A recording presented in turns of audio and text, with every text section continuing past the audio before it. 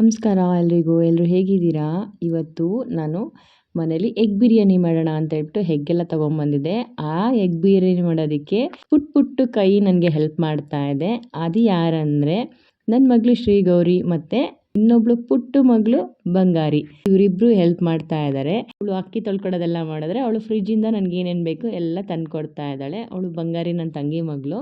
ನಾವು 3 ಜನ ಇವತ್ತು ಮನೆಯಲ್ಲೇ ಇದ್ವಿ. ಸೊ ಅದಕ್ಕೆ ನಾನು ದೊಡ್ಡಮ್ಮ ಹೆಲ್ಪ್ ಮಾಡ್ತೀನಿ ಅಂತ ನನ್ನ ಚಿಕ್ಕ ಮಗಳು ಅಮ್ಮನ ಜೊತೆ ಹೋಗಿದ್ದಾಳೆ. ನಾನು, ಹಿಮಾ ಮತ್ತು ಬಂಗಾರಿ 3 ಜನ ಇದ್ದೀವಿ. ಸೊ ಅದಕ್ಕೆ ಇವರಿಬ್ರು ನನಗೆ ಹೆಲ್ಪ್ ಮಾಡ್ತಾ ಇದ್ದಾರೆ. ಮಕ್ಕಳನ್ನ ನಾವು ಹೇಗೆ ಬೇಕಾದ್ರೂ ಪಳಗಿಸ್ಕೊಬೋದು ಅನ್ನೋದಕ್ಕೆ ಇದೇ ಕಾರಣ.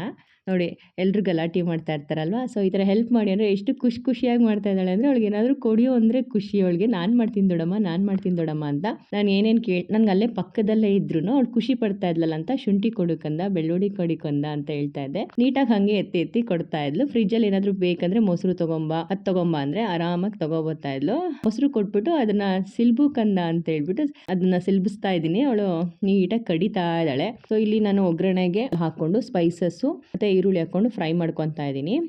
ಇದು ಫಸ್ಟ್ ಟೈಮ್ ನಾನು ಎಗ್ ಬಿರಿಯಾನಿ ಮಾಡ್ತಾ ಇರೋದು. ಮೊದಲು ಎಗ್ನ ಬೇಯಿಸ್ಕೊಂಡು ಅದನ್ನು ಬಿರಿಯಾನಿ ಒಳಗಡೆ ಹಾಕ್ಕೊತಾ ಇದ್ದೆ. ಬಟ್ ಇವಾಗ ಎಗ್ನ ಡೈರೆಕ್ಟಾಗಿ ಅಲ್ಲಿಗೆ ಮಳ್ತಾರ ರೈಸ್ಗೆ ಬಿಡೋಣ ಅಂಥೇಳಿ ಫಸ್ಟ್ ಟೈಮ್ ಮಾಡ್ತಾಯಿದ್ದೆ. ನನ್ನ ತಂಗಿ ಹೇಳ್ಕೊಟ್ಟಿದ್ದು ಈ ಥರ ಮಾಡು ಅಂತ. ಅದಕ್ಕೆ ಇವಾಗ ಮಸಾಲೆ ಪದಾರ್ಥ ಎಲ್ಲ ಹಾಕಿ ಈರುಳ್ಳಿ ಹಾಕಿ ಫ್ರೈ ಮಾಡಿಕೊಂಡೆ. ಅದಾದಮೇಲೆ ಶುಂಠಿ ಬೆಳ್ಳುಳ್ಳಿ ಪೇಸ್ಟು, ಟೊಮೆಟೊ ಹಾಕ್ಕೊಂಡು ಫ್ರೈ ಮಾಡಿದೆ. ಅದಾದಮೇಲೆ ನೆಕ್ಸ್ಟು ಖಾರದ ಪುಡಿ, ಅರಿಶಿನ. ಸೊ ಇದಿಷ್ಟು ಹಾಕ್ಬಿಟ್ಟು ಒಂದು 10 ನಿಮಿಷ ಬೇಯೋದಕ್ಕೆ ಬಿಡ್ತಾ ಇದ್ದೀನಿ. ಇವಾಗ ಇಲ್ಲಿ ನನ್ನ ಮಗಳು ಹಸಿಮೆಣ್ಸಿಕಾಯಿ ತಂದು ಕೊಟ್ಟಳು. ಹಸಿಮೆಣ್ಸಿಕಾಯಿ ರುಬ್ಬ ಹಾಕಿದ್ದೆ. ಸೊ ಅದಾದಮೇಲೆ ಇಲ್ಲಿ ಶುಂಠಿ ಬೆಳ್ಳುಳ್ಳಿ ಪೇಸ್ಟ್ ಹಾಕ್ತಾ ಇದ್ದೀನಿ. ಇದನ್ನು ಸ್ವಲ್ಪ ನೀಟಾಗಿ ಫ್ರೈ ಮಾಡ್ಕೊಬೇಕು. ಟೊಮೊಟೊ, ಈರುಳ್ಳಿ ಇದಿಷ್ಟು ನೀಟಾಗಿ ಫ್ರೈ ಆದರೆ ಮಸಾಲೆ ಚೆನ್ನಾಗಿ ಬೆಂದಿರುತ್ತೆ. ಆಮೇಲೆ ಬಿರಿಯಾನಿಗೋಸ್ಕರ ತುಂಬ ಚೆನ್ನಾಗಿರುತ್ತೆ. ಎಗ್ ಬಿರಿಯಾನಿ ಆಗಿರೋದ್ರಿಂದ ಕಾಯಿಗೆ ಏನು ಬೇಕಾಗಿಲ್ಲ. ಇದೇ ಸಾಕಾಗುತ್ತೆ. ಅದೆಲ್ಲ ತುಂಬ ಮಸಾಲೆ ಜಾಸ್ತಿ ಆಗಿಬಿಡುತ್ತೆ. ಅದಾದಮೇಲೆ ನೋಡಿ, ಸ್ವಲ್ಪ ಹೊತ್ತು ಬೇಯಿಸಾದ್ಮೇಲೆ ಈ ರೀತಿ ಆಗಿರುತ್ತೆ. ಇವಾಗ ಇದಕ್ಕೆ ನೀರು ಹಾಕ್ಕೊಳ್ಳೋಣ. ನೀರು ಹಾಕ್ಬಿಟ್ಟು ಅಕ್ಕಿ ತೊಳೆದಿಟ್ಕೊಂಡಿದ್ದೀನಿ. 1 ಲೋಟ ಅಕ್ಕಿಗೆ 2 ಲೋಟ ನೀರು. ಮಾಮೂಲಿ ನಾವು ಹೇಗೆ ಹಾಕ್ತೀವೋ ಅದೇ ರೀತಿ ಹಾಕೋದು. ಇದಕ್ಕೆ ಕೊತ್ತಂಬರಿ ಸೊಪ್ಪು, ಸ್ವಲ್ಪ ಪುದೀನ ಸೊಪ್ಪು ನೀಟಾಗಿ ಫ್ರೈ ಮಾಡ್ಕೊಬೇಕು. ಅದನ್ನು ಸ್ವಲ್ಪ ಚೆನ್ನಾಗಿ ಫ್ರೈ ಆದಮೇಲೆ ಮೊಸರು 1 ಲೋಟದಷ್ಟು ಮೊಸರು ಹಾಕ್ಕೊತಾ ಇದ್ದೀನಿ. ಮೊಸರು ಹಾಕಿದ್ರೇ ನಿಮಗೆ ಕ್ರೀಮಿ ಕನ್ಸಿಸ್ಟೆನ್ಸಿ ಬಂದು ಬಿರಿಯಾನಿ ತುಂಬ ಚೆನ್ನಾಗಿ ಬರುತ್ತೆ. ಯಾವುದೇ ಬಿರಿಯಾನಿ ಆದ್ರೂ ಅಷ್ಟೇ ಮೊಸರು ಹಾಕ್ಕೊಳ್ಳಿ, ತುಂಬ ಚೆನ್ನಾಗಿ ಬರುತ್ತೆ. ನೋಡಿ, ಈ ಥರ ನೀಟಾಗಿ ಎಲ್ಲ ಫ್ರೈ ಆಗಿಬಿಟ್ಟಿರಬೇಕು. ಇದಕ್ಕೆ ಏನು ಮಸಾಲೆನೇ ಬೇಕಾಗಿಲ್ಲ, ಇಷ್ಟೇ ಆರಾಮಾಗಿ ಮಾಡ್ಕೊಬೋದು. ಮೊಸರು ಇದಕ್ಕೆ ಮೇಯ್ನ್ ಇಂಗ್ರೀಡಿಯೆಂಟ್ಸ್ ನನಗೆ ಗೊತ್ತಿರೋ ಹಾಗೆ. ಮತ್ತು ಶುಂಠಿ ಬೆಳ್ಳುಳ್ಳಿ ಪೇಸ್ಟ್ ನೀಟಾಗಿ ಹಾಕಿ, ಕೊತ್ತಂಬರಿ ಸೊಪ್ಪು, ಪುದೀನ ಸೊಪ್ಪು ಕಟ್ ಮಾಡಿ ಹಾಕಿ, ಮಸಾಲೆ ಎಲ್ಲ ಹಾಕಿ ಫ್ರೈ ಮಾಡಿಕೊಂಡ್ರೆ ಮುಗೀತು. ಒಂದ್ಸಲ ಚೆನ್ನಾಗಿ ಕುದೀತಾ ಇದೆ.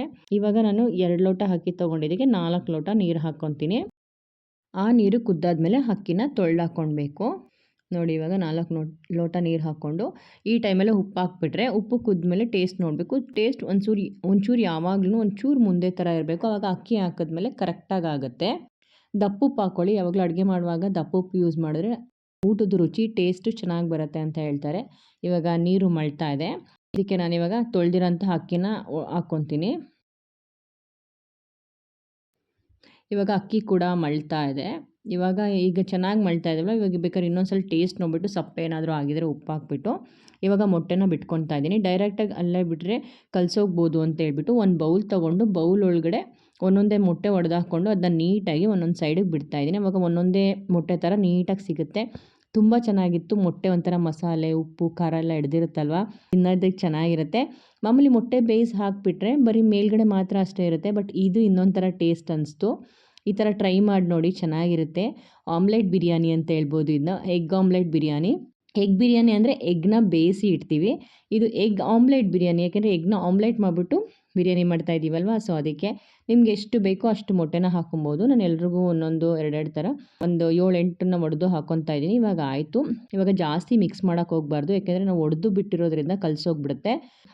ಆಗಿದ ತಕ್ಷಣ ಕವರ್ ಮಾಡಿದೆ, ಒಂದು ವಿಜಿಲ್ ಬರೆಸಿ ಆಫ್ ಮಾಡಿದ್ದೀನಿ. ನೋಡಿ, ಇವಾಗ ನೋಡ್ಬೋದು ಸಕ್ಕತ್ತಾಗಿ ಬಂದಿದೆ. ಆ ಎಗ್ಗೆಲ್ಲ ಎಷ್ಟು ನೀಟಾಗಿ ಕೂತಿದೆ ಅಲ್ವಾ. ಸಕ್ಕತ್ ಟೇಸ್ಟಿಯಾಗಿತ್ತು. ಯಾಕೆಂದರೆ ಎಗ್ಗೆಲ್ಲ ಖಾರ ಎಲ್ಲ ಹಿಡ್ದಿತ್ತಲ್ವ, ತುಂಬ ಟೇಸ್ಟ್ ಅನಿಸ್ತಾ ಇತ್ತು ಎಗ್ನ ತಿನ್ನೋಕ್ಕೆ. ಎಗ್ ಬಿರಿಯಾನಿನೇ ಸಖತ್ ಇಷ್ಟ ಆಯಿತು. ಇನ್ನು ಆಮ್ಲೆಟ್ ಬಿರಿಯಾನಿ ಅಂತೂ ಇನ್ನೂ ಸೂಪರ್ ಅನ್ನಿಸ್ತಾ ಇತ್ತು. ಒಂದ್ಸಲ ಎಲ್ಲ ಟ್ವಿಸ್ಟ್ ಮಾಡ್ಕೊತೀನಿ. ಮೇಲೆ ಕೆಳಗೆ ಜಾಸ್ತಿ ಕಲಸೋದಕ್ಕೆ ಹೋಗಬಾರ್ದು. ಒಂಚೂರು ಮೇಲೆ ಕೆಳಗೆ ಮಾಡಿಕೊಂಡ್ರೆ ಸಾಕು. ನೋಡಿ, ಎಲ್ಲ ಎಷ್ಟು ಚೆನ್ನಾಗಿ ಬಂದಿದೆ. ನನಗಂತೂ ಸಖತ್ ಇಷ್ಟ ಆಯಿತು. ನನ್ನ ಮಕ್ಕಳೂ ಅಷ್ಟೇ, ಅಮ್ಮ ತುಂಬ ಚೆನ್ನಾಗಿದೆ ಅಂತ ಹೇಳ್ತಾ ಇದ್ರು. ನನ್ನ ಮಕ್ಕಳು ಪ್ರೀತಿ, ನನ್ನ ಮಕ್ಕಳು ಹೆಲ್ಪ್ ಕೂಡ ಇದಕ್ಕೆ ಸೇರಿಕೊಂಡಿದೆ. ಅದಕ್ಕೆ ತುಂಬ ಜಾಸ್ತಿ ಟೇಸ್ಟಿಯಾಗಿತ್ತು ಇವತ್ತು. ಇಲ್ಲಿ ನೋಡಿ ಇವತ್ತು ಆಮ್ಲೆಟ್ ಎಗ್ ಬಿರಿಯಾನಿ ಸೂಪರಾಗಿ ಬಂದಿದೆ. ಒಂದ್ಸಲ ಮನೇಲಿ ಟ್ರೈ ಮಾಡಿ ನೋಡಿ.